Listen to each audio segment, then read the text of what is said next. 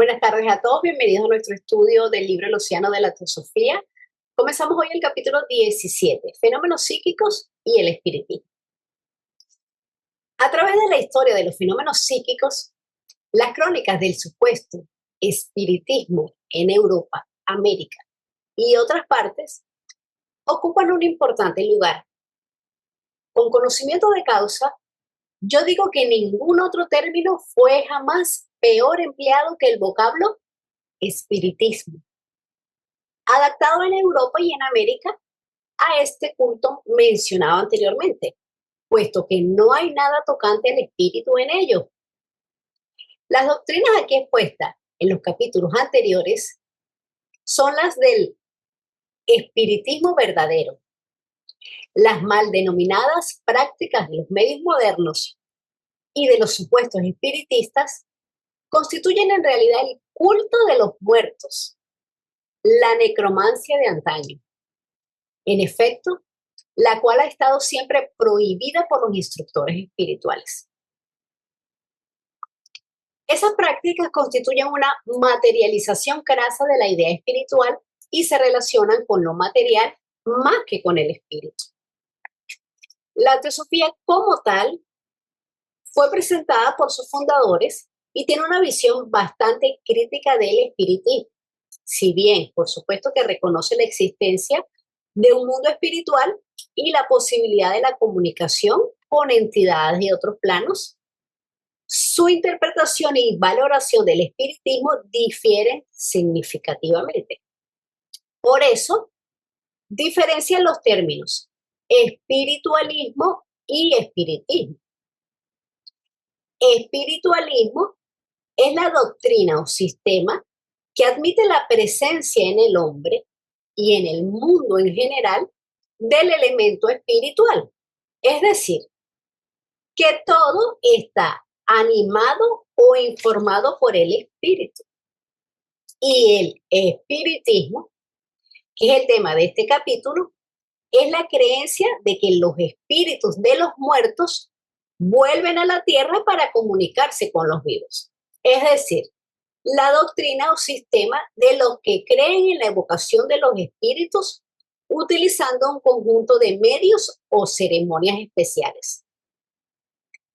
Los maestros hablan en sus cartas del verdadero espiritismo.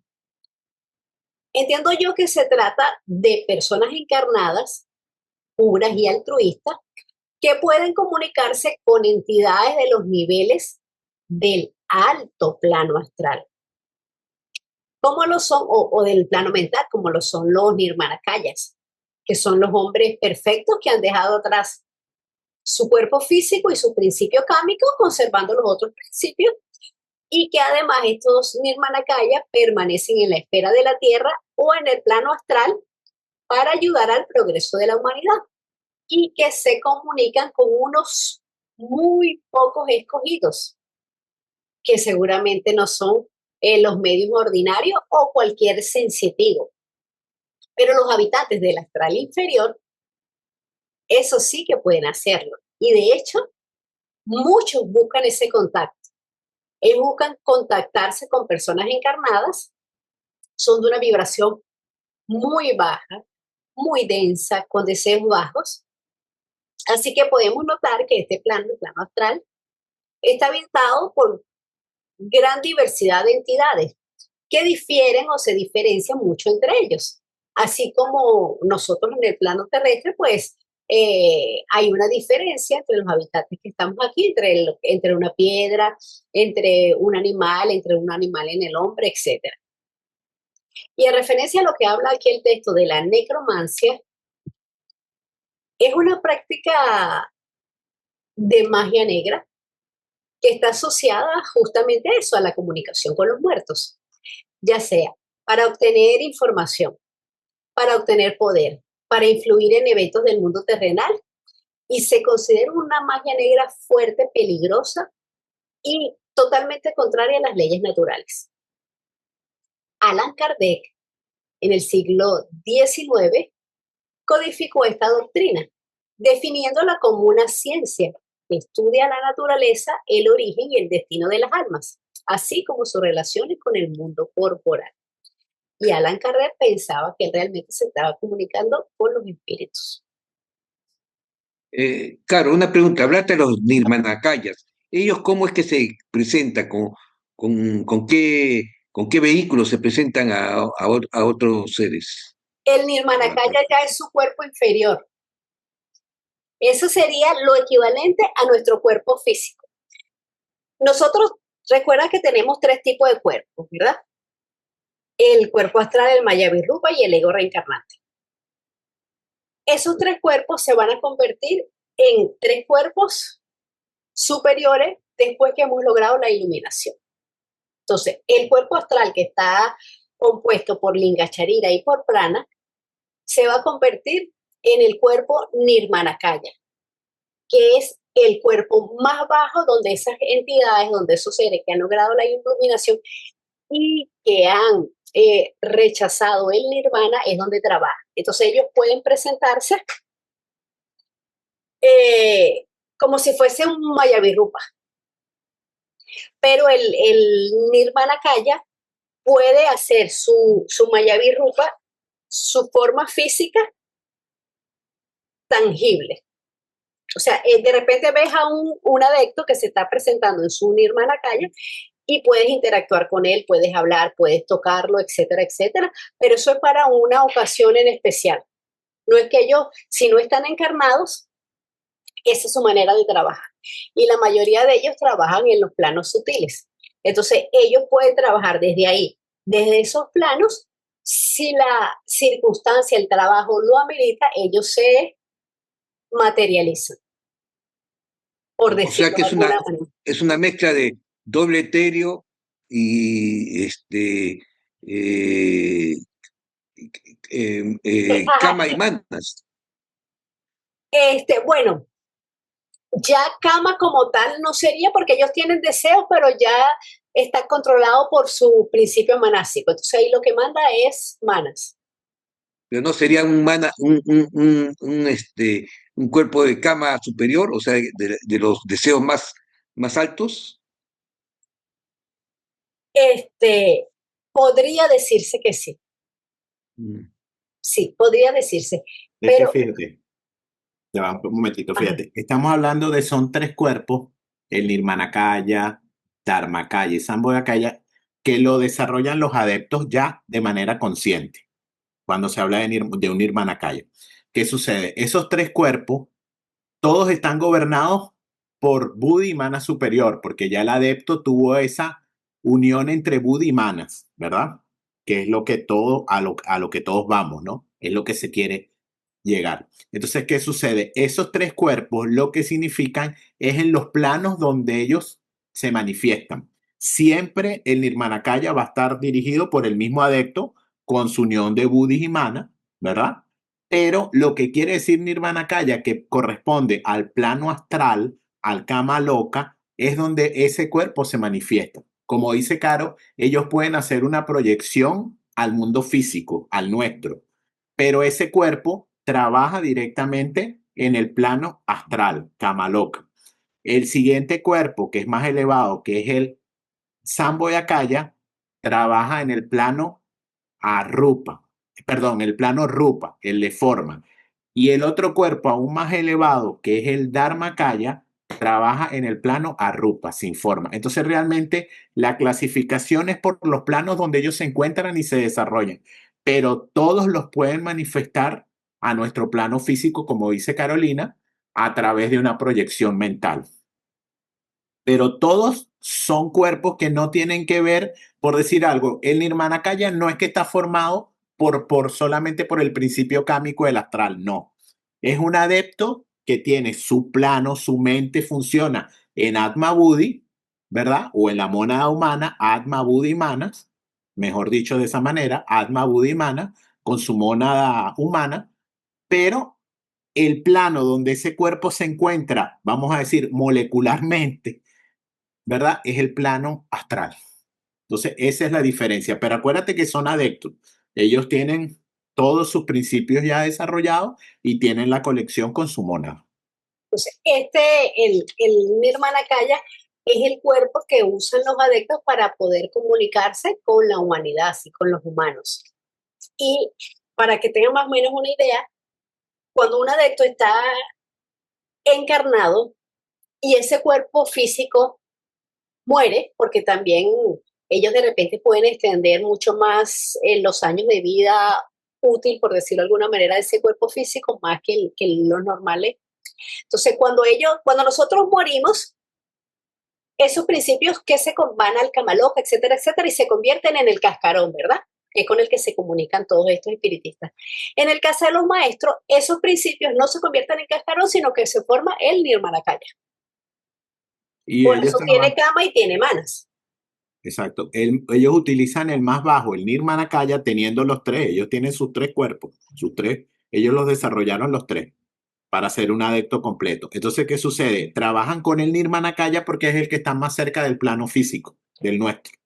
Porque si van a trabajar con el siguiente cuerpo, el Samboyakaya, es cuando tienen que trabajar en planos más elevados, con entidades más elevadas. Pero cuando tienen que bajar a nuestro mundo, al de los seres humanos, tienen que usar su cuerpo o su manifestación más baja para poder llegar a nosotros, porque la de arriba es muy difícil que va. ¿Qué relación hay con el Maya Virrupa?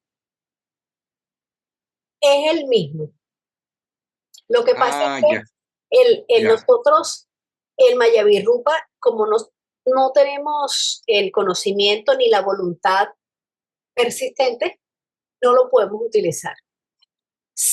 Hay excepciones. Una de esas excepciones es cuando recién acabamos de morir, cuando acaba de morir el cuerpo físico, cuando alguien tiene una voluntad muy, muy grande de ver a un ser querido, se expresa o se materializa como un Mayavirrupa. Entonces, el ser querido puede ver a la persona que acaba de fallecer, pero claro, eso funciona, no sé, creo que 48, 72 horas, algo así, después de la muerte del cuerpo físico. Ya después no es el Mayavirrupa, ese Mayavirrupa, en el caso del el que acaba de morir, es el verdadero ser. Ahí están todos sus principios, o sea, es la verdadera individualidad. Pero esa entidad que aparece es como un sonámbulo astral.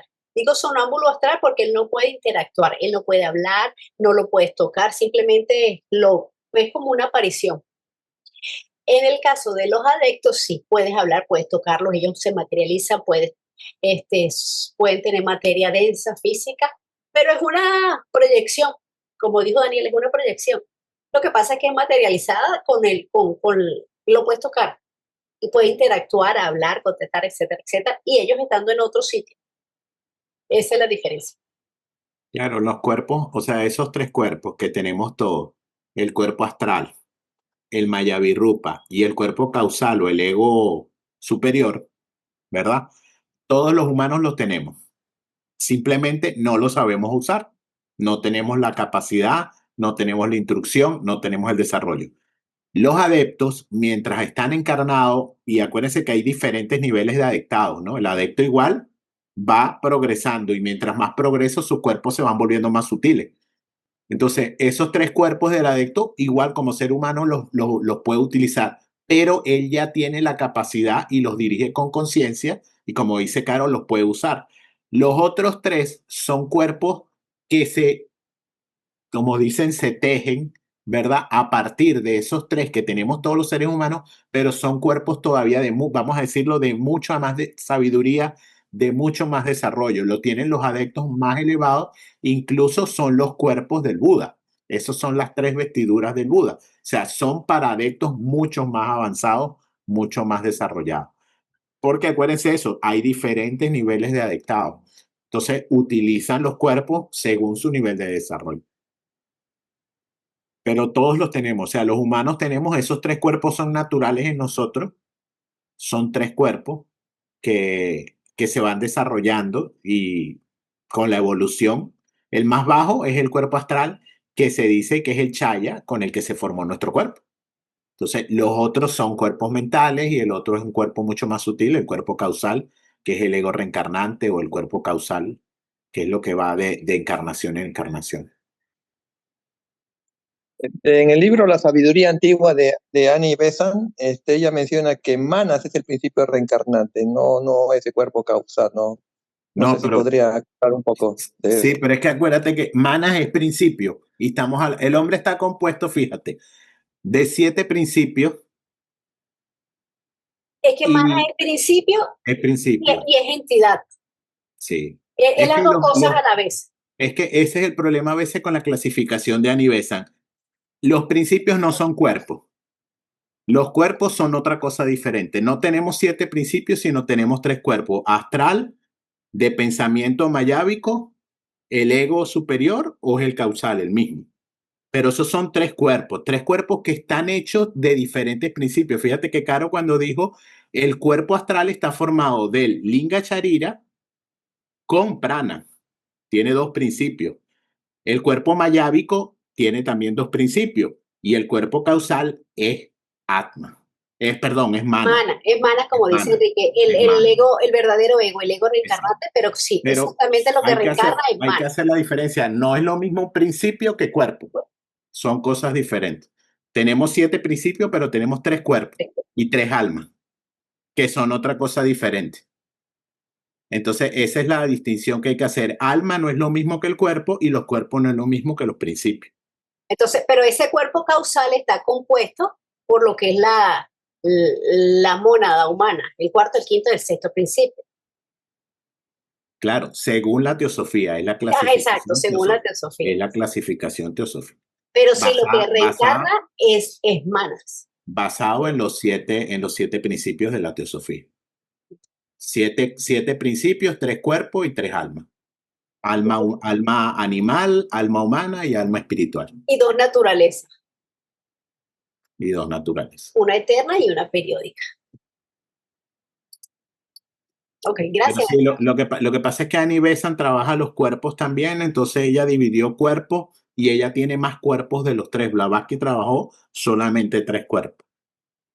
Ese es el que creo que le hemos comentado y se mostró, Oscar envió ¿cómo se llama? Un Un diagrama diagrama. donde estaban los 3 cuerpos, que eso está extraído de un artículo entre Blavatsky y Mabel Collins, donde Blavatsky explica los 3 cuerpos, porque ella en los libros, en los textos que tienen, la doctrina y en la clave, los menciona, pero no los explica, vamos a decir, detalladamente. Entonces, en un artículo se llama Diálogo entre dos editoras, está explicado los 3 cuerpos y quiénes los forman tanto en la vida como en la muerte, porque en la vida tienen una composición, en la muerte tienen otra y tienen, bueno, pues, lógicamente funciones diferentes, pero son los mismos 3 cuerpos que se transforman después de la muerte.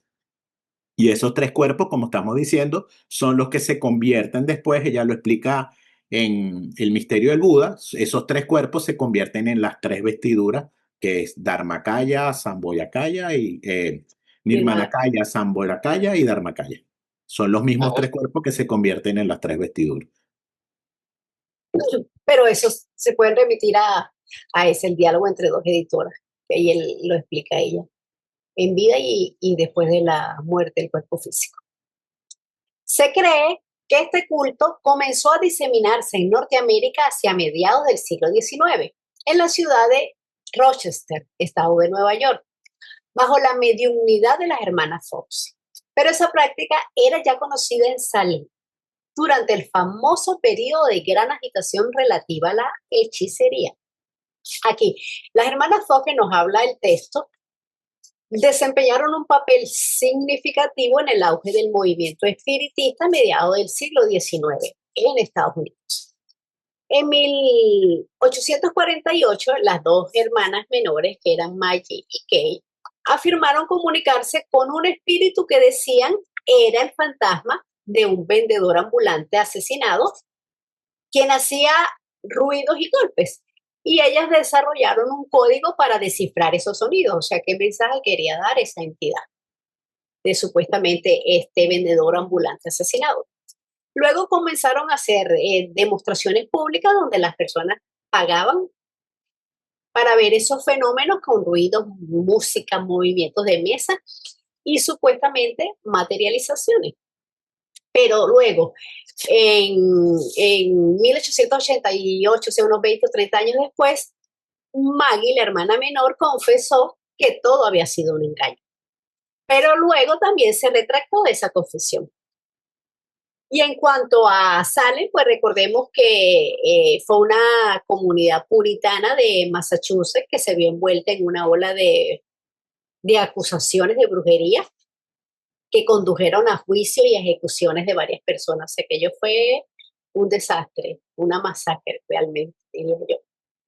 Todo comenzó porque un grupo de muchachas comenzaron a sufrir extraños ataques y convulsiones y acusaron a varias mujeres de embrujarlas, quienes a menudo eran personas, por supuesto, marginadas o que no se ajustaban a las estrictas normas de la comunidad puritana.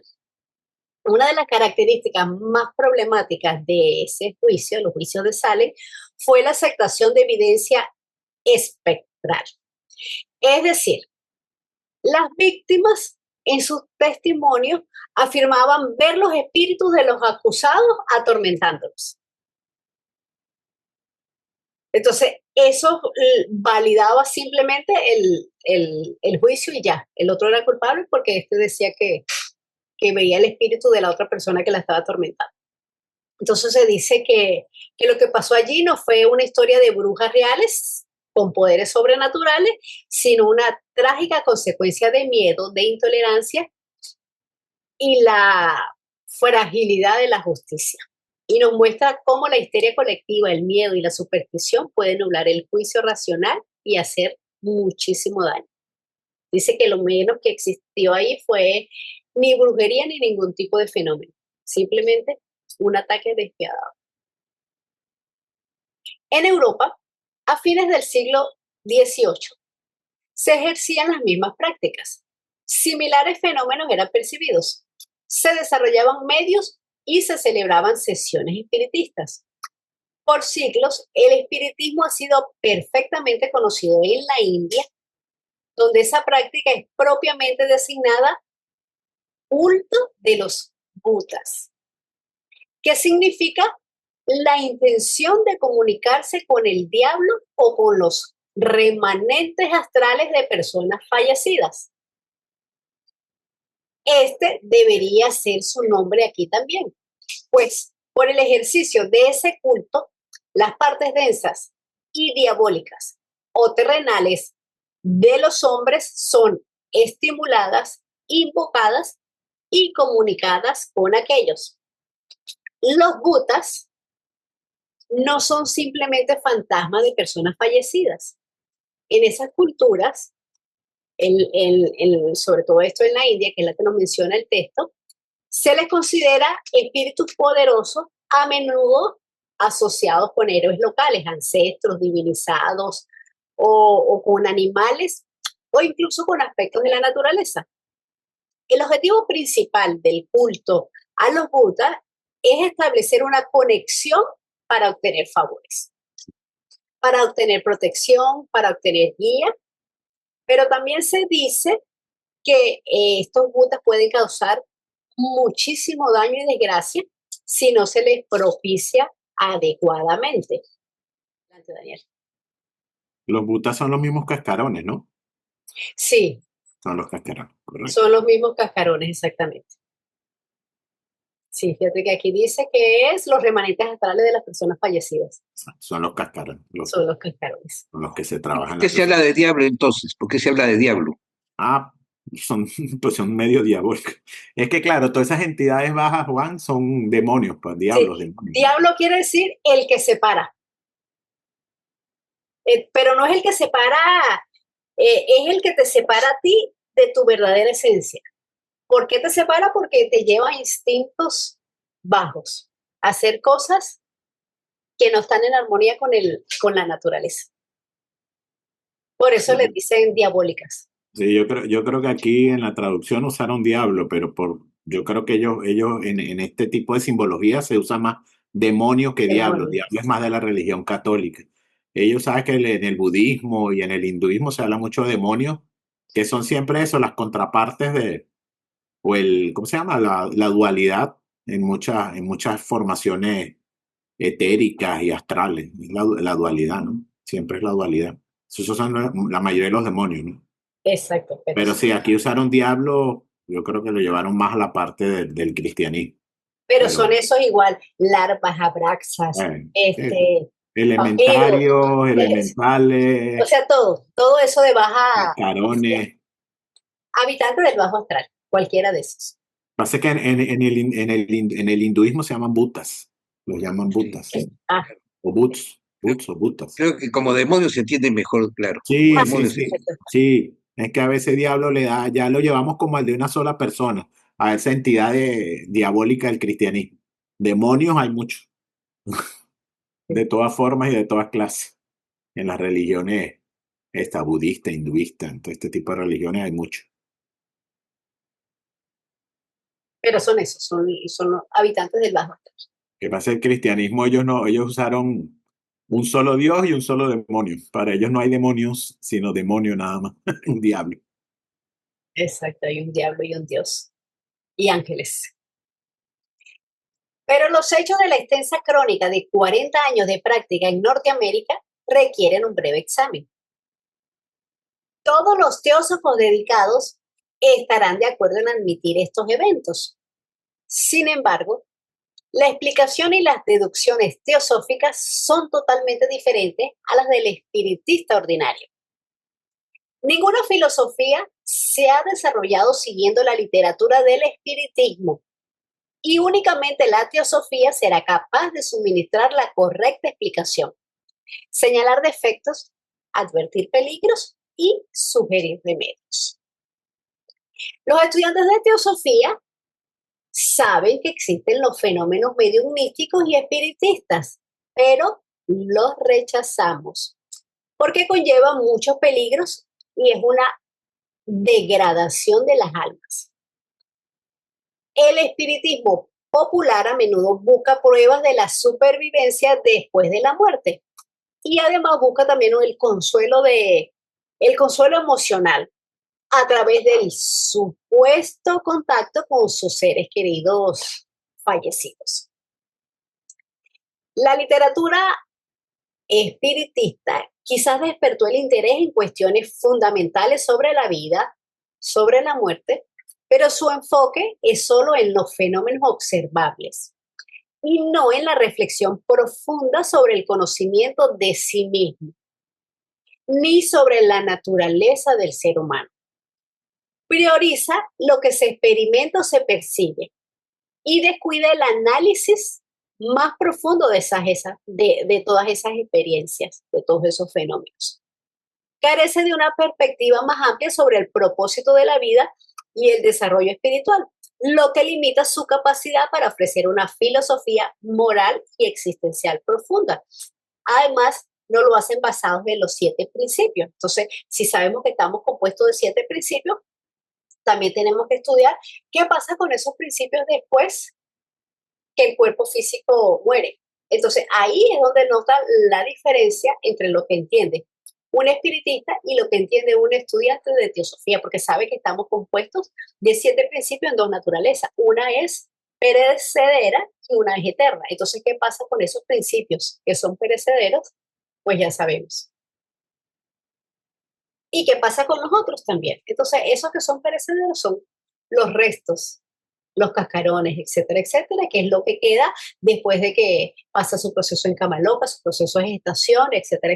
Cuando el verdadero ser pasa al de Bachán, quedan los restos que son todo aquello que es de vibración baja, que no puede subir a esas vibraciones tan altas, es el desecho que queda y es con lo que se comunica estas entidades, estos mediumistas. Daniel. Bueno, para recordar también que esto fue uno de los objetivos que se trazaron los maestros con la formación de la Sociedad Teosófica y las instrucciones que inicialmente comenzaba a dar Blavatsky en el siglo XIX. Era eso, tratar de dar a conocer lo que era el espiritismo, lo dañino que era y con qué entidades estaba trabajando. Ese fue enfocado y por eso recibió ella muchísimos ataques. No, no fue para la divulgación de la teosofía como tal, sobre todo en América y en parte de Europa, sino era porque ella atacó directamente al movimiento espiritista, tratando de desmentir lo que ellos decían, que claro, ellos tenían contacto con una entidad, pero esa entidad no era el espíritu ni el alma de la persona desencarnada. eran los desechos, bueno, lo que conocemos hoy en día, los cascarones. Entonces, eso hay que tenerlo siempre presente. Por eso en todos estos libros donde se nos da los basamentos de la teosofía o muy iniciáticos, se hace mucha referencia a la parte espiritismo porque ellos enfocaron mucho en el principio del surgimiento de la sociedad teosófica a desmentir esas creencias que habrían sobre el espiritismo. Entonces, por eso siempre lo vemos y fíjense, aquí en ya tenemos 2 o 3 capítulos donde ellos dedican mucho tiempo a esas prácticas, necromancia, espiritismo, eh, y muchas veces, bueno, brujería también, lo que es la magia negra. Entonces, ese es básicamente, y como dice Caron, muy bien, los que ya conocemos el proceso después de la muerte, entendemos bastante claro que esa comunicación es imposible desde este plano. ¿Cómo es obvio que la clarividencia, la clareaudiencia, la transmisión del pensamiento, la profecía, el sueño y la visión, la levitación y las apariciones fenoménicas son todos poderes o facultades que han sido conocidos a través de los siglos? Los problemas más apremiantes con respecto al espiritismo son los que tratan de la comunicación mediumística con las almas de los seres que han fallecido y que se encuentran ahora desencarnados, y con espíritus no clasificados que no han encarnado sobre la tierra, sino que pertenecen a otras esferas. Todo esto entra en el ámbito de facultades psíquicas, o sea, esto que nos está acá hablando, estos CIDES inferiores, ¿verdad? Inferiores porque son facultades solamente psíquicas que ocurren generalmente en los planos, en el plano astral, en los niveles más bajos. La clarividencia es la capacidad de percibir objetos, personas, lugares o eventos que están fuera del alcance de los sentidos físicos. Y no se limita a la visión en el espacio, sino también en el tiempo. Implica también ver auras, ver formas mentales, etc. Todo eso es la clarividencia. La clareaudiencia es la capacidad de percibir sonidos de diferentes ubicaciones y tiempos. La transmisión de pensamientos, que es la telepatía, es la capacidad de comunicar pensamientos, emociones o imágenes directamente de una mente a otra. La teosofía subraya la importancia del desarrollo equilibrado, el discernimiento para poder distinguir qué es real y qué no. Porque el estado mental y emocional de la persona influye en lo que está viendo o en lo que está oyendo. Y hay que tener una pureza de intención que sea por un bien común, no por curiosidad, por una curiosidad superficial, por sensacionalismo o por egoísmo. Además, es importante tener una guía adecuada para poder explorar estas facultades y fenómenos, para proteger la mente de influencias no deseadas, para evitar ilusiones, interpretaciones erróneas y todos los peligros que la ignorancia y el desarrollo psíquico desequilibrado conlleva. Muchas personas tienen esta capacidad, son sensitivos. Enrique, adelante. Yo quería hablar de los CIDIs. Ajá. Mira, fíjate que cuando tú haces una práctica, digamos, cualquiera que sea, pero que sea auténtica, digamos, va a generar un CIDI. Ahora, ¿qué sucede cuando el practicante, digamos, tiene una práctica espiritual y no desarrolla CIDIs? ¿Es bueno o es malo? Si tiene una práctica espiritual, realmente espiritual, los CIDIs le van a llegar.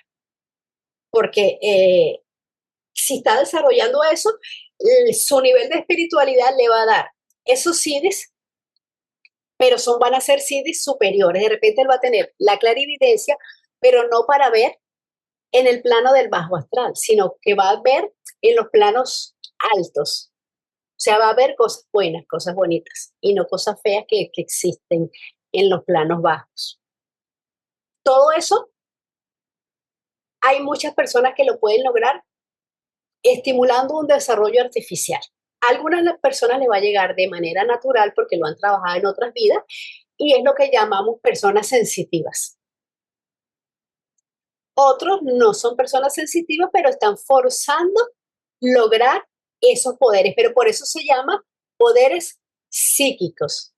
Psíquicos porque están trabajando solamente en el plano astral. Los poderes ya, los CIDIs superiores o los CIDIs espirituales sí están llevados y manipulados, por decirlo de alguna manera, con mana superior, como el ver y entender. De repente veo un texto y ya lo entendí porque tengo una reminiscencia, porque tengo el CD de ver y entender, o oír y entender y asimilar de una vez. Eso de repente entiendo yo que es un CD superior. Pero el que yo vea entidades del bajo astral es un CD inferior. O el que de repente eso tiene cualquier tipo de poder, todo va a estar influenciado por el estado mental de la persona, porque cada quien ve las cosas según su estado mental. De repente ve algo, pero lo va a pintar, por decir de alguna manera, con la tónica de su vibración, con la tónica de sus colores. Entonces, por eso, incluso en los maestros, cuando ellos ven algo, entre ellos se comunican. Yo vi esto, el otro vio el otro y el otro, para verificar que todos están viendo lo mismo, porque el estado mental va a hacer que tú condiciones lo que estás viendo, lo que estás escuchando.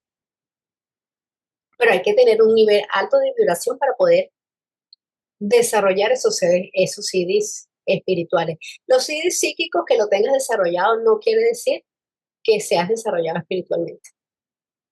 Una persona puede mover energía de alguna manera, y eso no quiere decir que tenga un nivel alto de espiritualidad. Una cosa no va en paralelo a la otra. Puede hacerlo de manera artificial o simplemente lo trabajo en otra vida. Y no quiere decir que tenga un alto grado de espiritualidad.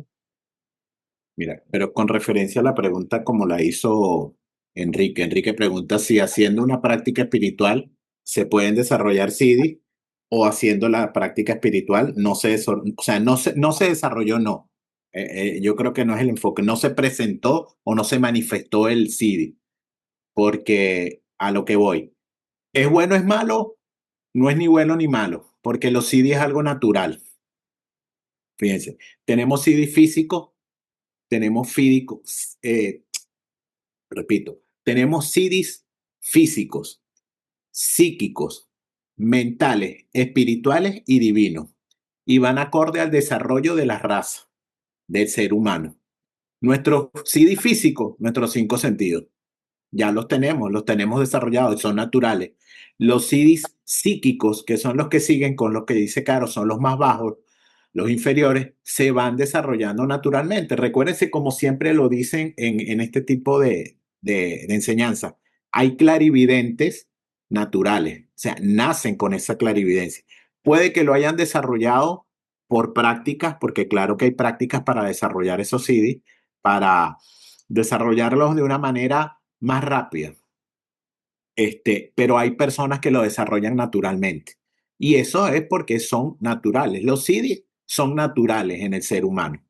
Simplemente se van desarrollando a nivel de la evolución, tanto física como mental, como monádica, de las tres naturalezas de evolución a que tenemos en el ser humano en este planeta.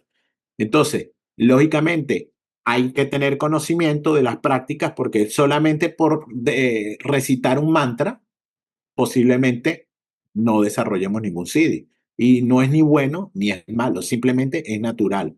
Eso en algún momento se desarrollará. Por eso es que hay personas que son mediums, son clarividentes, son clarividentes, y quizás, o sea, ellos no pueden referir a que lo trabajaron en una vida pasada, sino simplemente naturalmente. Fíjense, hay un CD, ¿verdad?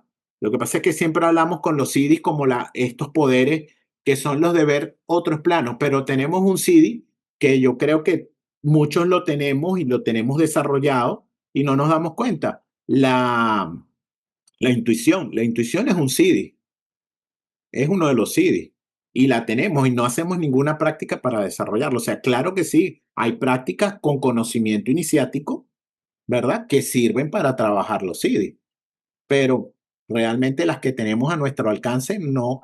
Puede que sí, puede que no, como dicen. O sea, puede que en nuestro desarrollo ya esté, puede que en nuestra vida pasada ya esté y simplemente vamos a retomar ese trabajo que habíamos dejado o el trabajo que tenemos para esta vida. pero no es ni bueno ni malo. Los CDs son naturales. Es que esa es otra cosa que hay que tener en cuenta. Los CDs son naturales en el ser humano. Adelante. Yo quería mencionar lo que aconteció en la antigua Atlántida, ¿no? O sea, producto de la magia negra, digamos, ocurrió eso que en la Biblia lo relata como el diluvio, ¿no? O sea, los Lipica, digamos, al ver, digamos, tanta concupiscencia, tanta maldad, decidieron, digamos, enviar el diluvio, ¿no? Y acabó, digamos, esa humanidad debido a los problemas que generó la... Entonces, ¿a dónde quiero llegar? Que muchos de, digamos, de los que están encarnados actualmente fueron esos descendientes o fuimos esos atlantes, digamos, ¿no? Entonces, es por eso ¿cómo se llama? Que hay mucha gente con CDs, pero no se dan cuenta, digamos, como que están dormidos, ¿no? Claro. Entonces, muchos son magos negros, digamos, que han olvidado ese periodo de esas encarnaciones, digamos, ¿no? Entonces, hubo un gran problema y ahorita, digamos, a través de las encarnaciones tendrán que retornar en el sendero, ¿no? Sí. No sé qué opinas. Sí, ¿no? Es así, Enrique. Por eso es que se dice que en esta raza, en la quinta, pues está predominando fuera de que ahorita actualmente estamos en Kali Yuga y es la parte oscura, pero sí, muchos de los descendientes atlantes consciente e inconscientemente están trabajando con ese CD, esos CD los siguen usando como magia negra. Y Es dice que así. sí. El fin de esa raza fue porque ellos tenían poderes psíquicos muy avanzados y lo usaron todo para el egoísmo, para la brujería, Sí, lo que llevó a su propia destrucción. sí. Y Enrique, claro, muchos ajá. fuimos, eso, venimos por oleadas y aquí seguramente habemos muchos que fuimos atlantes también, porque somos las mismas razas, somos nosotros mismos, las mismas almas que vamos encarnando a medida que necesitamos las experiencias de cada una de ellas. Pero igual tenemos que, esa factura de lo que hemos hecho, antes o después tenemos que pagarla. Ajá. Lo único que sí le quería comentar a Enrique, que nosotros aquí en Teosofía, y lo que nos enseña, lo que nos deja los Blavatsky y los maestros, en el caso de los diluvios, estos cataclismos, los cataclismos en Teosofía, según la Teosofía, no es como los narran las religiones, ¿verdad? Que por el pecado del mundo, en este caso como lo refieren, y mucha gente en Teosofía lo refiere de esa manera, es que a veces es el problema también. El caso de los Atlantes, como tú lo explicas, ellos eran tan depravados, había tanta magia negra que, bueno, el karma, los lipicas en este caso, enviaron el diluvio para acabar con ellos. Fíjate que en la teosofía clásica, Blavatsky y los maestros no lo explican de esa manera. Ellos dicen solamente los cataclismos, cada raza raíz grande, cada raza raíz, en este caso la cuarta, se destruye o su final, vamos a decirlo, porque no hay una destrucción, porque esa raza siempre va a sobrevivir porque tiene que dar inicio a la que sigue. La raza Atlante no pereció por completo.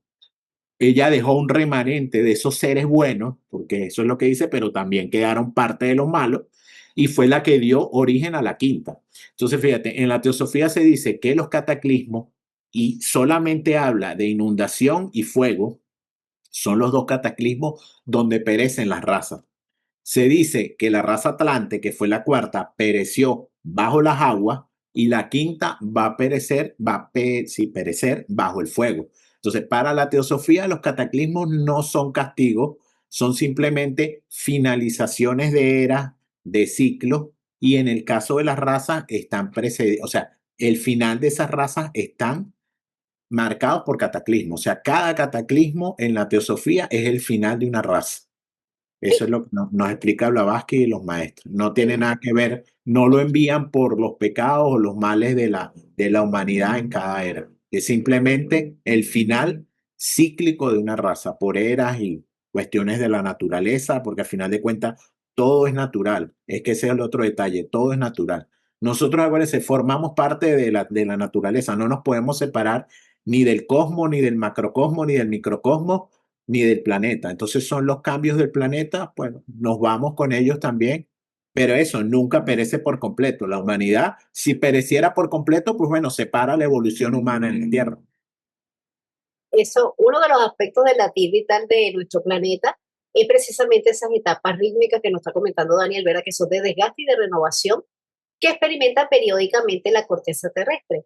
HPV nos dice en numerosos comentarios referente a la historia natural de la Tierra en relación con los antiguos continentes desaparecidos, arcaicas formas de vida y otros aspectos de cambios geológicos que son acaecidos durante millones de años. También la doctrina secreta nos habla de un ejemplo de eso es la doctrina secreta nos habla de una disminución en la velocidad de la Tierra, es en su movimiento de rotación.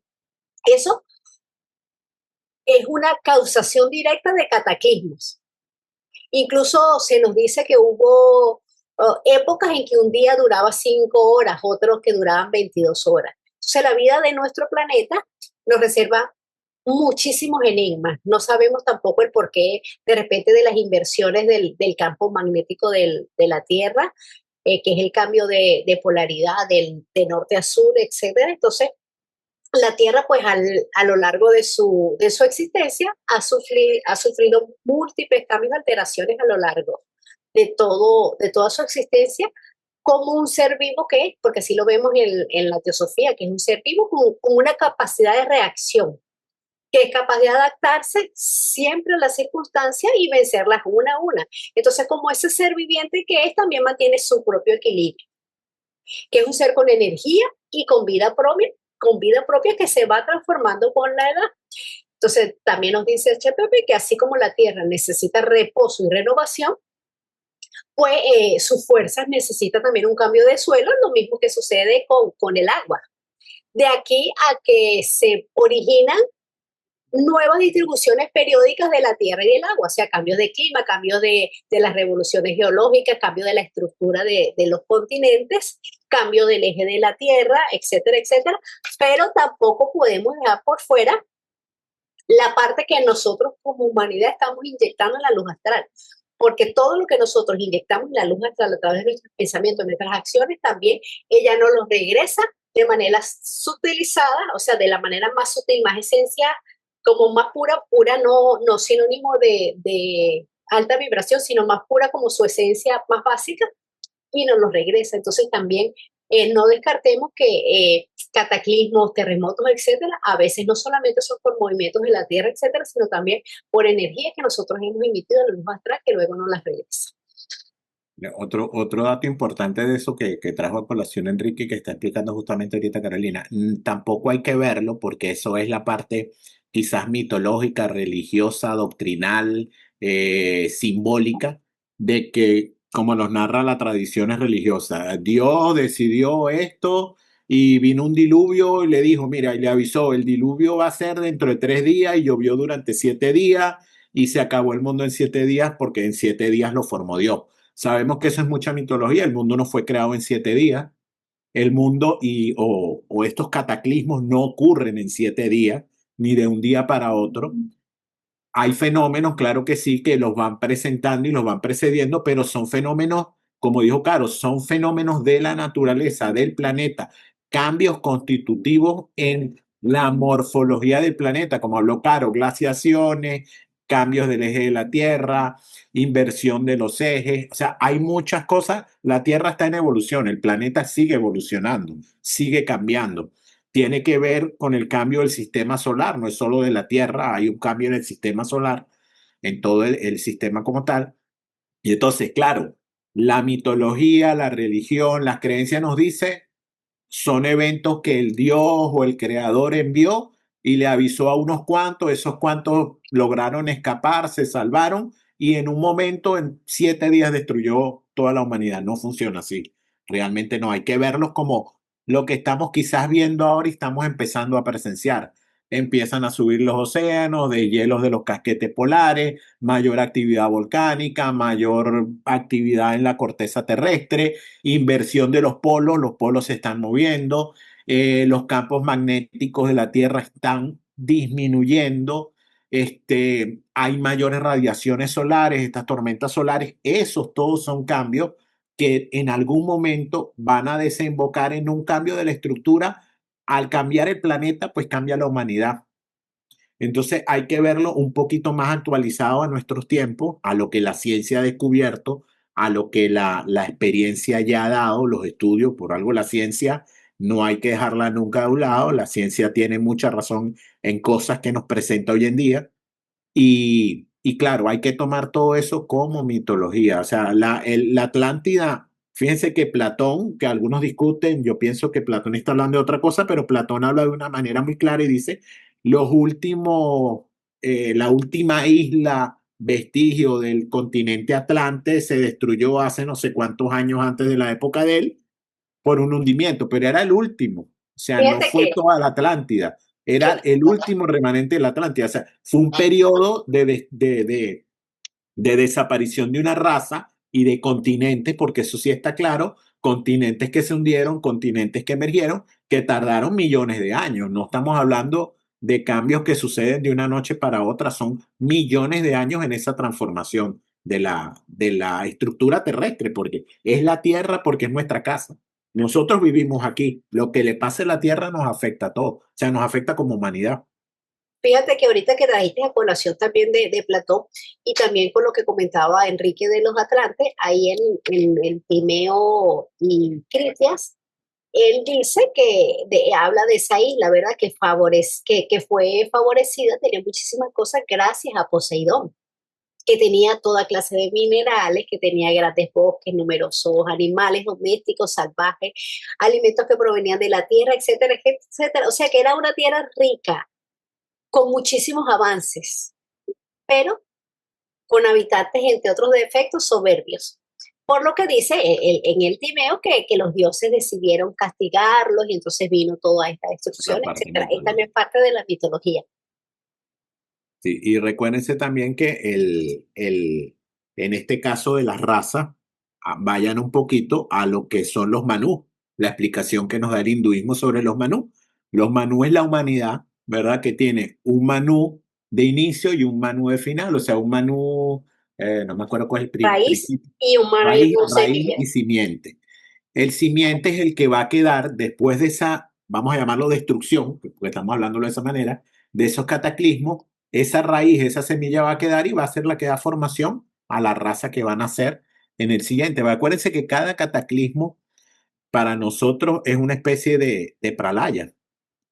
O sea, entre una raza y otra hay un pequeño pralaya, vamos a decirlo, aunque sigue existiendo la humanidad como tal, pero hay como una especie de pralaya para pasar de un ciclo a otro, porque las razas son ciclos, las razas raíces son ciclos, y nunca perece por completo. Por eso se dice que nosotros somos todavía parte Atlante. O sea, nosotros estamos mezclados arios o ardios con Atlante, porque la raza no se pierde, la raíz sobre todo, no se va, o sea, no muere y nace la otra, sino va desapareciendo mientras la otra va surgiendo, van juntas hasta que una al final desaparece.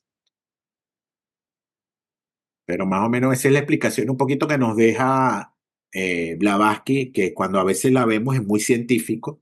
Lo que nos explica Blavatsky es sumamente científico, lógicamente para su época, con el lenguaje de la época y con los conocimientos científicos que había para su época, nos los entregaron los maestros que sí tenían el conocimiento total de todos esos fenómenos, ¿no? Y los maestros no son otra cosa que científicos, ellos son científicos, conocen todo, toda la biología, la geología del planeta, del sistema solar. Ellos son unos científicos, simplemente que, bueno, nos van dando todo a medida que vamos preparando y nos dejaron mucha de esta información en forma de alegorías, porque esto mismo son alegorías, las razas raíces, ¿cómo se llama? Los globos, todas sean formas alegóricas de presentarnos información cosmológica que es científica. Quizás también la cuestión de la materialización de formas en las reuniones espiritistas amerita cierta atención. Las comunicaciones incluyen el hablar en estado de trance, producir escritos sobre una pizarra o papel, producción de voces independientes en el aire, hablar a través de la boca del medium y la precipitación de mensajes escritos venidos a través del aire. ¿Pueden los medios comunicarse con los espíritus de los muertos? ¿Pueden nuestros amados difuntos percibir las condiciones de existencia terrenal que ellos han abandonado? ¿Y pueden regresar alguna vez para hablar y conversar con nosotros? Las respuestas a estas preguntas se han insinuado en los capítulos anteriores. Nuestros difuntos no nos ven aquí. Ellos están exonerados de la terrible angustia que tal espectáculo les causaría. De cuando en cuando, un medio de pensamientos puros y desinteresados puede ascender durante un estado de trance hasta la región en que se encuentra el alma del difunto y puede al despertar recordar algunos fragmentos de lo que fue oído o percibido allí. Pero esto es muy raro. De vez en cuando, en el curso de los años, algún espíritu humano superior puede, en un momento dado, retornar y por medios certeros comunicarse con los mortales. En el momento de la muerte, el alma puede hablar a algún amigo sobre la tierra antes de que la puerta se cierre definitivamente. Pero, por regla general, la mayoría de las comunicaciones que, según se alega, son transmitidas diariamente a través de los medios, provienen de los no inteligentes restos humanos astrales, o, en un gran número de casos, son el resultado de la invención, recopilación, descubrimiento y coordinación por parte del semidesligado cuerpo astral del medio viviente. Entonces, como ya hemos visto, las materializaciones en sesiones espiritistas son fenómenos complejos, que la teosofía, por supuesto, no descarta, pero pide extrema cautela, pues se sugiere que estas manifestaciones son producidas por elementales. ¿Qué son los elementales? Son los centros de fuerza semiconscientes que funcionan en los distintos o diversos reinos de la naturaleza. También las comunicaciones se dan con los cascarones. ¿Qué son los cascarones? Los residuos de los componentes astrales y mentales en el proceso de disolución. Por lo tanto, en él se encuentran las costumbres, las tendencias de la personalidad anterior. Así que puede repetir o reflejar toda clase de experiencias, pensamientos, deseos y todo lo que esa alma vivió mientras estaba encarnado, pero carece de una verdadera conciencia. Allí no hay nada nuevo, es simplemente los restos, los residuos de lo que ya había aprendido. También esas materializaciones pueden ser producto de la fuerza psíquica del medium, o sea, de sus seres inferiores, del medium y de los participantes, porque recordemos que la energía mental y la emocional colectiva del grupo puede también influir en la manifestación de formas. Todas estas envolturas, llámese cascarones, elementarios, larvas, vampiros, etcétera, etcétera, etcétera, se vuelven maliciosas y perjudiciales y responden automáticamente a vibraciones perniciosas. Todos este tipo de entidades son fuerzas peligrosas que afrontan a los que en su ignorancia se acercan al espiritismo. Algunos de estos habitantes del plano astral tienen la suficiente energía para perturbar a una persona. Por eso la teosofía nos aconseja no propiciar este tipo de contacto, porque hay un peligro constante, porque esa comunicación es precisamente con eso, con formas cámicas. Nos dicen los maestros en la carta 16 que cuando el medium está en trance por concordancia o identidad de vibración molecular entre la parte astral de este, o sea, del medium, y la parte astral de la personalidad del desencarnado, o sea, con la parte astral de ese cascarón, el medium puede reproducir la escritura, tener su mismo lenguaje o su mismo pensamiento, porque como esa entidad tiene todos los recuerdos, todo lo que vivió, pues tiene todas las mismas tendencias, puede reproducir la voz, la escritura, etcétera, etcétera, y puede dar charlas de todo lo que sabía, la personalidad. Pero no tiene nada nuevo. Y en la carta 20 también nos dicen los maestros, o nos preguntan más bien, ¿por qué ellos, o sea, los muertos, tendrían que comunicarse con nosotros?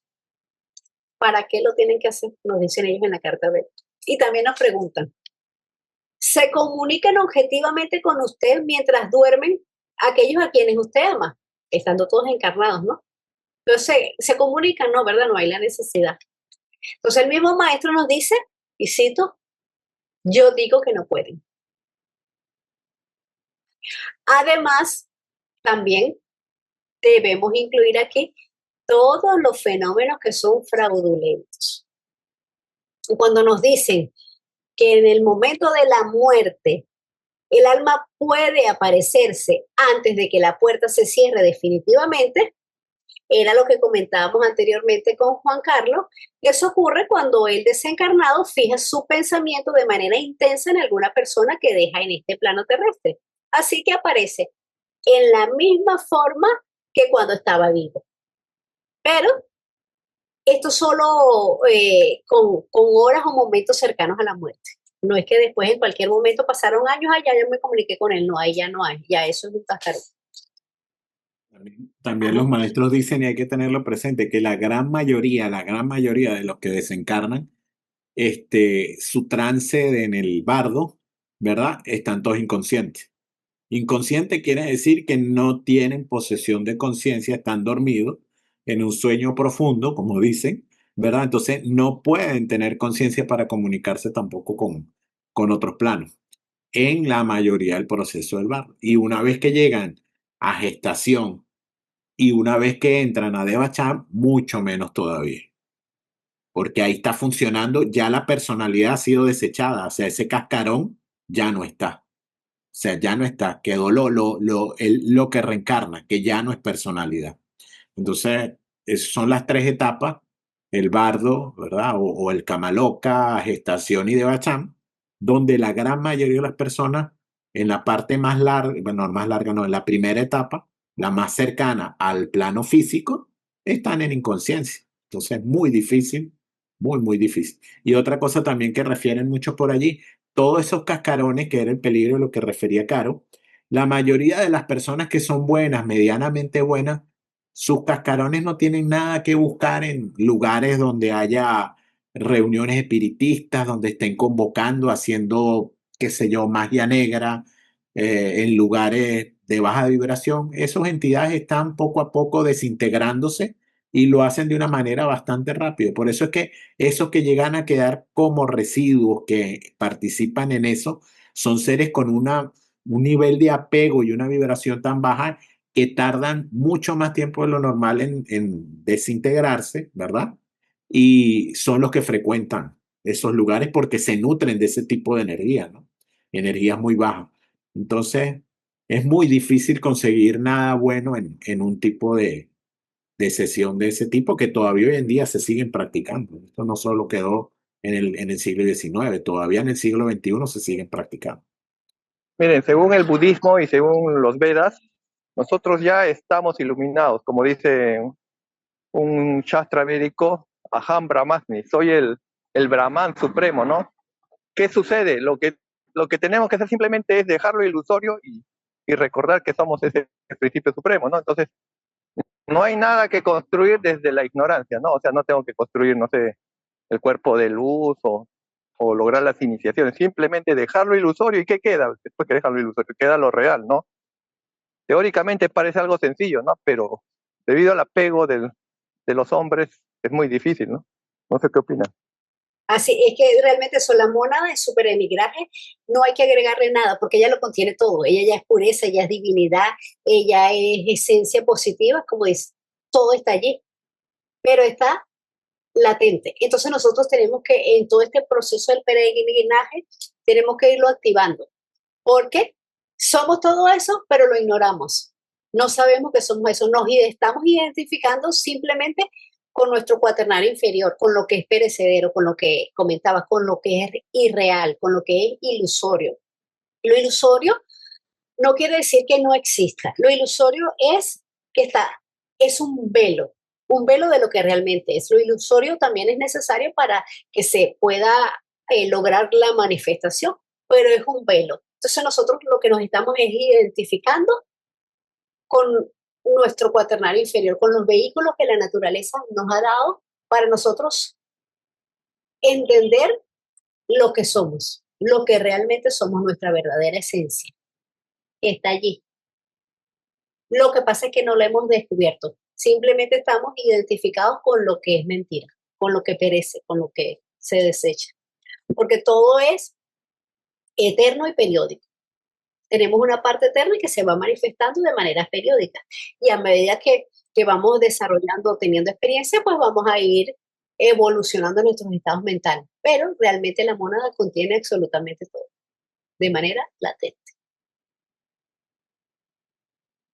Gracias, Enrique. ¿Alguien más tiene algún comentario referente a lo que dice Enrique de que tenemos todo o algo así?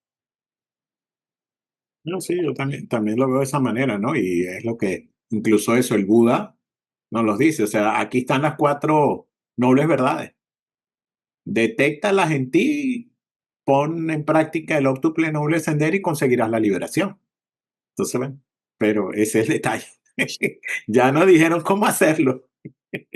La Sí, cosa es hacerlo. O sea, es tan fuerte realmente, de verdad, la los materialidad, apegos, sí, dice el Enrique. apego y la materialidad nos imbuye tanto que, y creemos, bueno, eso, o sea, en parte es lo que dice la enseñanza, creemos que esta es la realidad. Ahí está el fundamento del maya, de la ilusión. Creemos que esta es la realidad, cuando la realidad es como dice Enrique, o sea, somos luz, realmente somos luz. Este es solamente el vehículo para trascender a los planos superiores. Este es el vehículo que necesitamos para trascender, porque eso también se nos dice en las enseñanzas. Para poder trascender tenemos que ser hombres. Entonces, si no somos humanos, no podemos trascender. El animal no va a conseguir la liberación, el animal no va a conseguir la conciencia suprema. Tiene que experimentarlo a través de un cuerpo humano. Entonces, bueno, eso es lo que nos dicen todos los maestros, nos han dicho durante muchos años, millones de años, y bueno, es lo difícil. Necesitamos muchísimas vidas para entenderlo, para lograrlo, y yo creo que hoy día es mucho más difícil con todo en lo que estamos imbuidos, esta materialidad tan fuerte y quizá un poco más difícil. Pero Tenemos muchas eso es, distracciones eso que nos es, desvían. creemos que esta es la realidad y nos olvidamos. Es que por eso bueno, nos olvidamos de quién somos, no sabemos, nadie nos dice quiénes somos. O sea, la religión no te lo dice, la religión te dice te vas a morir y vas a ir al cielo y vas a llegar al Padre. Eso es lo que te dice la religión. O sea, entonces la gente piensa que, bueno, en una vida me morí y bueno, y fui al cielo y ya, se acabó. Ese es el detalle de la religión. No nos explican que somos seres que volvemos y volvemos y volvemos, como lo explica el Buda en este caso. Vamos a seguir volviendo y volviendo y volviendo hasta que no nos demos cuenta de quiénes somos, que somos un espíritu y no un cuerpo, que somos luz y no materia. Entonces, esa es la realidad. Es que yo digo, todo es muy fácil. Nos los han dicho muy fácil. Unos más que otros, nos lo han dicho muy fácil. Pero ¿cómo se hace? ¿Cómo? ¿Cómo? Esa es la pregunta. ¿Cómo lo hago? ¿Cómo lo hago? Porque hay tanto conocimiento, porque hay mucho conocimiento y seguimos aquí volviendo. Volvemos y volvemos y volvemos y volvemos. Qué atracción tan fuerte, ¿no? Es algo bien fuerte. Pero yo lo veo como esa atracción de la materialidad. Automáticamente el planeta tiene una polaridad, nosotros tenemos otra polaridad y nos liga, nos liga. Es también un concepto de que hay que invertir esa polaridad para poder ir. Gracias, Carlos. Sí, y atiende. Pero sí que para que no nos identifiquemos con lo que realmente somos. Continuamos. La teoría que asevera que los espíritus de los muertos se comunican con los vivos suscita ciertas dudas, algunas de las cuales citamos a continuación. La primera dice, estos espíritus nunca han logrado explicar las leyes que gobiernan cualquiera de los fenómenos espiritistas, a excepción de unos cuantos casos no aceptados por el culto, en los que la teoría teosófica fue expresada. Como esta teoría destruiría sistemas tales como el establecido por A.J. Davis, estos espíritus cayeron en el descrédito. A.J. Davis fue un medium que vivió entre 1826 y 1910, que entre otras cosas decía que las almas evolucionan y ascienden a través de los diferentes planos después de la muerte física. En teosofía, sabemos que después de morir vamos al plano de los efectos. Todas las causas y nuestra evolución se da encarnados en el plano físico. También sostenía este señor David que la personalidad se mantenía y se iba purificando a medida que avanzaba a planos superiores. En teosofía sabemos que la personalidad es perecedera, que lo mejor de ella pasa a los niveles superiores a nutrir al ego. Y lo peor queda como residuo que antes o después se eliminará. Además, también enfatizaba que los espíritus participaban activamente para guiar con sabiduría a los vivos. Y ya sabemos que la mayoría de las comunicaciones, en caso tal que sean reales y no fraudulentas, son con formas kámicas. Y también tenemos que recordar lo que nos dice la teosofía, que el hecho de que el cuerpo físico muera o perezca no quiere decir que nos volvemos más sabios, ni que vamos a cambiar nuestro estado mental. Nuestro estado mental y nuestra sabiduría va a quedar igualito. No es porque nos morimos, nos vamos a volver santos. Tampoco. Nuestro estado mental queda igual porque vamos al plano de los efectos. El plano de las causas está aquí, mientras estamos encarnados. Continuamos con el segundo punto sobre las dudas que suscita esto de la comunicación con los muertos. Dice, los llamados espíritus se contradicen entre sí, porque la descripción de la vida después de la muerte dada por uno de ellos difiere enteramente de la descripción suministrada por cualquier otro. Estas discordancias varían de acuerdo con el medium y con las teorías atribuidas al difunto durante su vida. Unos espíritus admiten la reencarnación y otros la rechazan. Entonces, la inconsistencia entre todos los mensajes implica que el medium, de manera consciente o de manera inconsciente, moldea la información.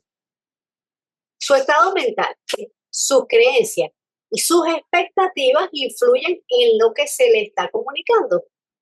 Y con respecto a lo que dicen las entidades, los cascarones, etcétera, todas esas formas kámicas, seguramente se alinean también con las creencias que la persona tenía en vida.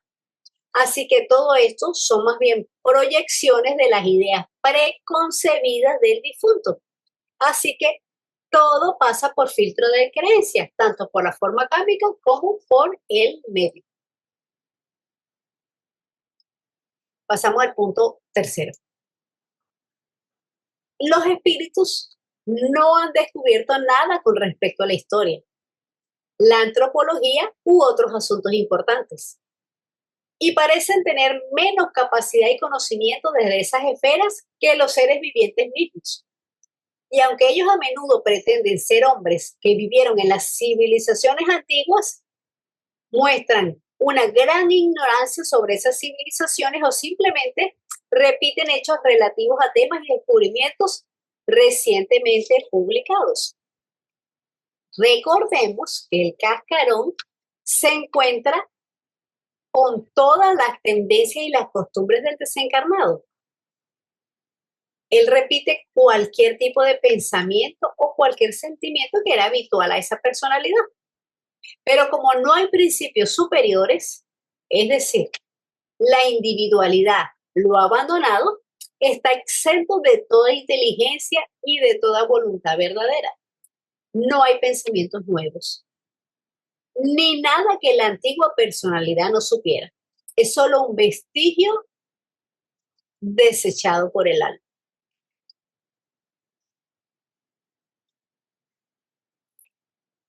Punto número 4. Durante estos 40 años de espiritismo, no se ha obtenido de los espíritus ninguna exposición racional de los fenómenos ni del desarrollo de la mediunidad. Según los reportajes, grandes filósofos hablaron por conducto de medios, pero sus espíritus solamente articularon las más simples trivialidades. Como son formas astrales, y por supuesto también son de baja vibración, pues no tienen nada de sabiduría que compartir, todo lo contrario, solo infunden emociones y pensamientos negativos. Y en el mejor de los casos, como dice el texto, solamente simples trivialidades. En el astral, las reacciones son subconscientes. El medio recibe información, ideas o consejos de estas entidades de baja energía y esa información es superficial, banal, de carácter burdo y trivial, sin importancia desde el punto de vista espiritual. Así que no podemos pretender que se están comunicando con grandes filósofos.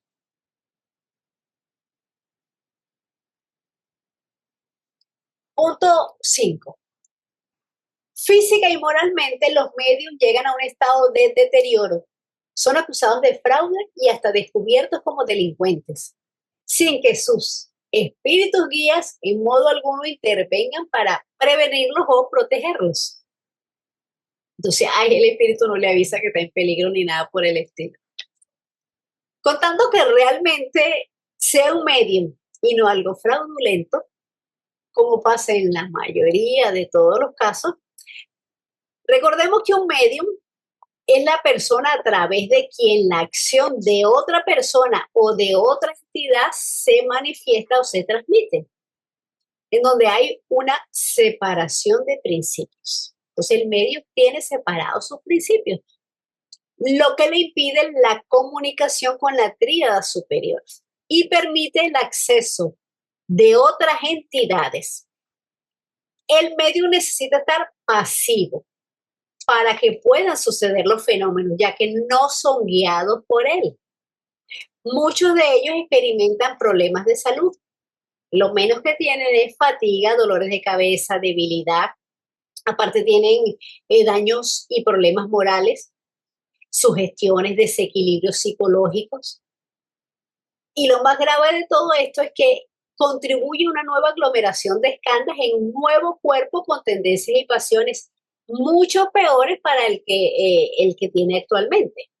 En cada sesión multiplica las causas de sufrimiento y no solo para él, sino para la individualidad responsable del cascarón. Entonces, el medium crea karma negativo.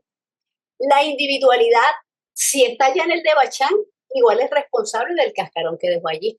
Todas las personas que están en esas sesiones espiritistas también están creando un karma negativo. Juan Carlos, adelante. Una pregunta, ¿por qué hablan de espíritus guías y en esas sesiones de medios solamente hay cascarones o elementarios o otros entes negativos? Porque ellos creen que se están comunicando con espíritus guías. Incluso hay algunos que son tan, bueno, dicen, tan potentes, tan fuertes, porque hay entidades, por supuesto, de distintas jerarquías. Los elementarios y elementales y cascarones, larvas, vampiros, etcétera, etcétera, también tienen una jerarquía. Y hay algunos que son tan potentes que ellos se disfrazan. Aparentan ser un ser de luz simplemente para hacer daño, otros porque son burlones. Entonces, es que casi siempre el medium, cuando realmente es medium, él es el primero engañado, él es el primero en ser engañado porque cree que se está comunicando con alguien de alta vibración. Hay muchos que tienen ese poder, esa capacidad, y a veces no lo hacen ni por maldad, ellos están siendo engañados. Creen que realmente se están comunicando con un espíritu guía. Y no es así. Desde que los maestros, no recuerdo en qué carta, ellos hablan de,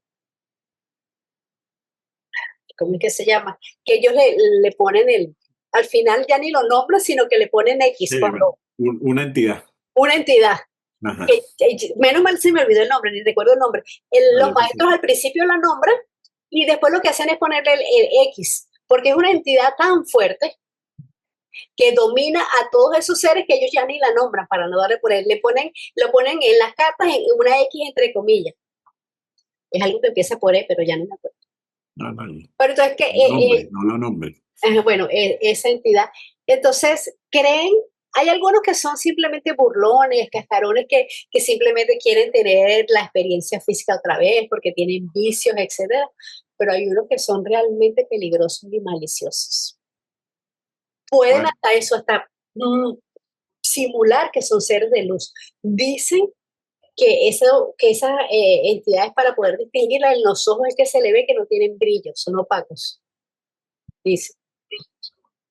Fíjate que en las cartas hay muchos casos que los maestros narran de medium que decían que hablaban con los propios maestros. Había un medium que, esto era uno que creo que en este caso había salido de la Sociedad Teosófica, y él decía que estaba hablando con el maestro M. Y el maestro decía, pero si yo no estoy hablando con nadie. Yo no sé quién es él, no lo conozco, no hablo con él, no tengo comunicación con él. Entonces, claro, en esas sesiones mediunísticas, por eso hablan de espíritus guía. Muchos se hacen pasar por maestros porque ahí son más que cascarones con residuos de personalidad, son otro tipo de entidades. Acuérdate que siempre vemos que hay elementarios y elementales y cascarones, hay diferentes tipos de entidades en ese bajo astral. Entonces se hacen pasar por personas de un alto nivel de espiritualidad para guiar, dar enseñanza, que en la mayoría de los casos son todas falsas, porque no es el espíritu de ese verdadero ser espiritual el que está hablando, es un elementario que está actuando.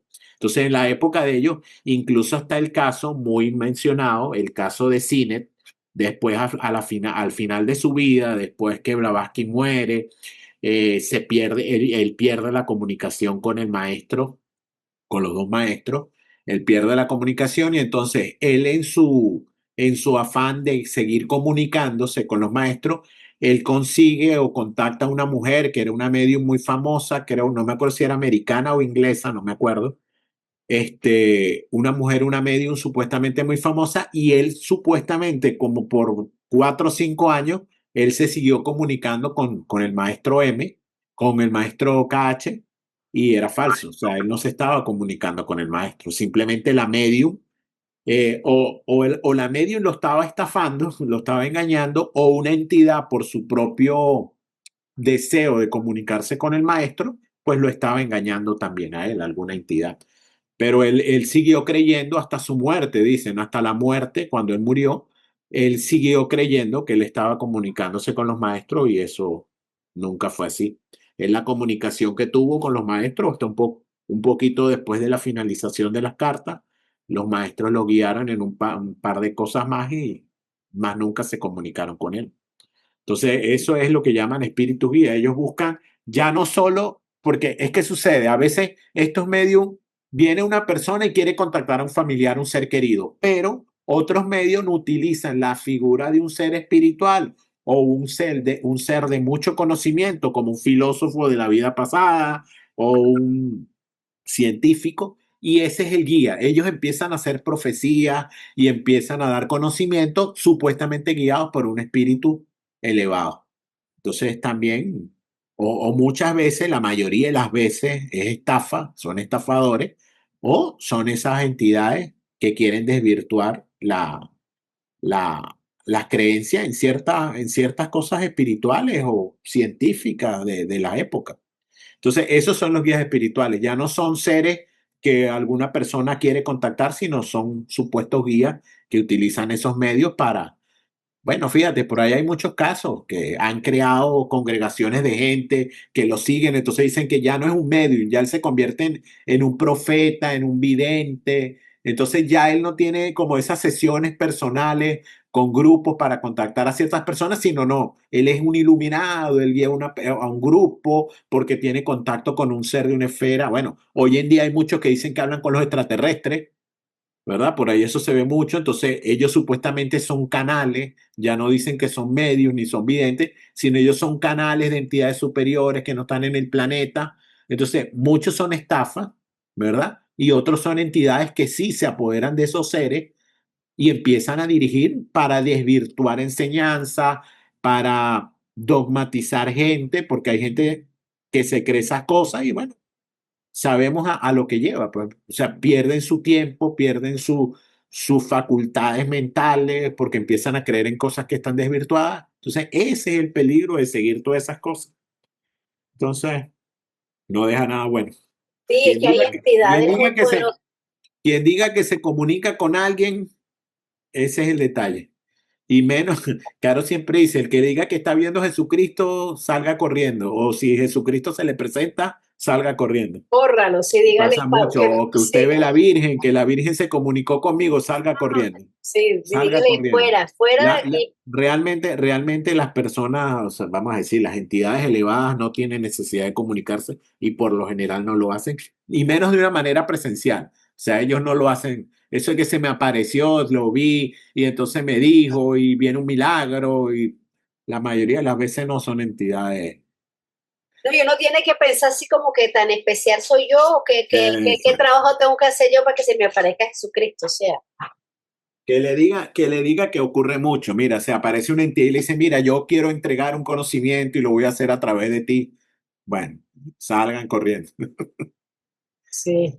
O tú eres una persona especial, te voy a dar esto, vas a tener poderes, vas a tener clarividencia, etcétera, etcétera, porque tú eres especial y lo que están es usando. Hay entidades del bajo astral muy poderosas, pero malignas. Gracias, Daniel, gracias, Caro. Una pregunta más. ¿Y Sinet siguió escribiendo como que hablaba con los maestros, siguió haciendo libros?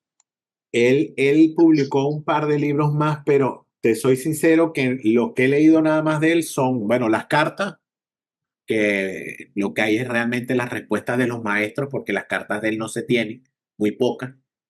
Se tiene las respuestas de los maestros, la mayoría son todas las respuestas de los maestros. Él escribió dos libros más, que el budismo esotérico y, ay, se me olvidó el otro, ¿cómo se llama? Pero, y el budismo esotérico, los maestros lo autorizaron a que lo escribiera. O sea, Y el, le dijeron el, que otro- para que explicara la constitución sectenaria. Es el la primera mundo, vez que se hablaba de la constitución sectenaria. el mundo oculto, creo que se llama el otro, el mundo oculto y creo que se llama, no me acuerdo bien. Pero sí, él escribió un par de libros más. Creo que él, creo, no me creas, Juan, creo que en los libros y en sus cosas, él nunca puso más nada de comunicaciones dadas por los maestros, enseñanzas de los maestros. Creo que eso no nunca lo hizo. Pero sí refería que él seguía en contacto con el maestro. Creo que él hizo una biografía de Blavatsky, él escribió otros libros más, pero lo que pasa es que él se mantuvo muy, bueno, hasta su muerte se mantuvo activo dentro de la Sociedad Teosófica, fue presidente creo que de la primera logia de Londres, algo así. Él siguió muy activo entre la Sociedad Teosófica y fue realmente un orador, un estudioso, y dejó conocimiento de su aprendizaje durante y su paso durante la Sociedad Teosófica. Pero creo y estoy casi seguro que él nunca dio más nada, ninguna enseñanza como venida de los maestros. Creo que eso sí nunca lo Fíjate hizo. que estoy buscando por aquí, dice, el primero que escribió fue El mundo oculto, El mundo oculto. que habla aquí de las relaciones con los Mahatmas. El segundo, El Con budismo Blavatsky. esotérico, luego escribió Karma, pero como una novela, luego lo que hablabas de la biografía, los incidentes de la vida de Madame Blavatsky, luego escribió El crecimiento del alma y otro que dice, ¿qué dice? Aquí está en inglés. Ciencia, la ciencia física, la ciencia super paranormal, o algo así.